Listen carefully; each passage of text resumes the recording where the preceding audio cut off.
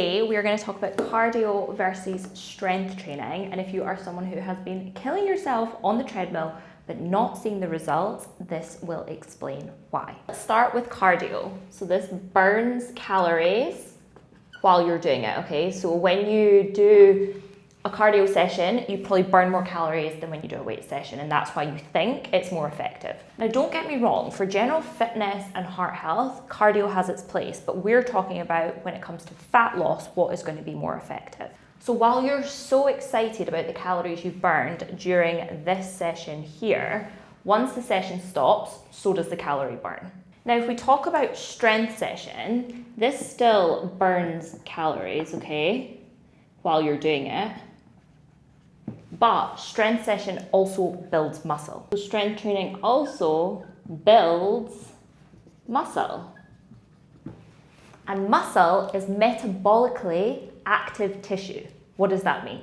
Well, for one, it raises your metabolic rate, which allows you to burn more calories even at rest. So through strength training and building muscle equals more calories burned on a day-to-day basis. Also, through building muscle, you're going to improve the overall shape and definition of your body. And that is why two women weighing, say, 62 kg, one does only cardio and one does only strength, will look completely different.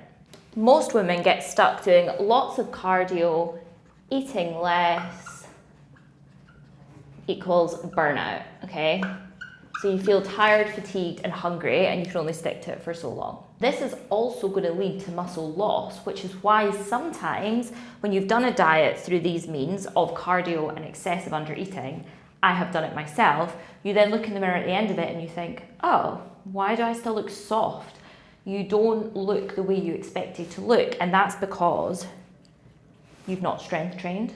Not to mention, as women, we lose round about 1% of muscle mass every single year from the age of 30. Depressing, I know.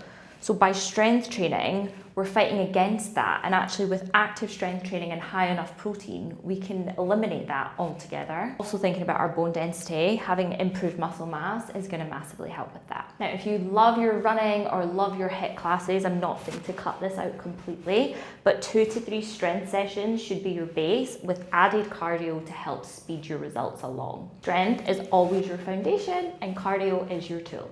It means during different phases, if you want to speed things up, you add more cardio in or you take some away, but strength is always consistent. If your goal is fat loss, toning, confidence, feeling great in your clothes, strength training is going to be number 1.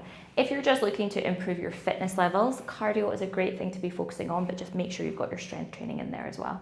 But as always, my parting gift is none of this matters if you're not in a calorie deficit. Nutrition plays 80% of our results. If you're not seeing any results from your exercise alone, it's time to dial in on nutrition. And if you have no idea where to start on how to work out your calories, go check out my other video on how to calculate them in the easiest possible way. I'll see you in the next one.